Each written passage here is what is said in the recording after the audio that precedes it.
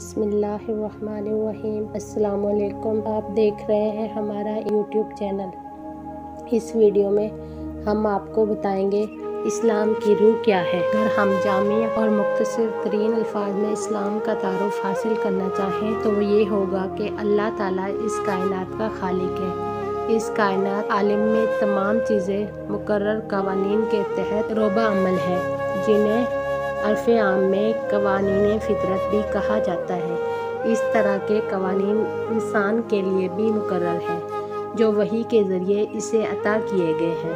इन कवानीन के तकाज़ों और नताइज को तस्लीम करना और इसके सामने गर्दन झुका देना इस्लाम है। इससे इनहराफ, सरकशी और कुफर है। कुरान मजीद की पूरी तालीमात की रोशनी में इस्लाम के हवाले से ईमानियात के 3 मरकज़ी नुक्ते हमारे सामने आते हैं। नंबर 1, अल्लाह ताला पर ईमान। इसका लाजमी तकाज़ा है कि इंसान इस दुनिया में खलीफतुल्लाह फिल अर्ज़ होने की ज़िम्मेदारी निभाता है। नंबर 2, वही पर ईमान। इसका लाजमी तकाज़ा है कि इंसान साहिब वही की अताअत पर कारबंद हो।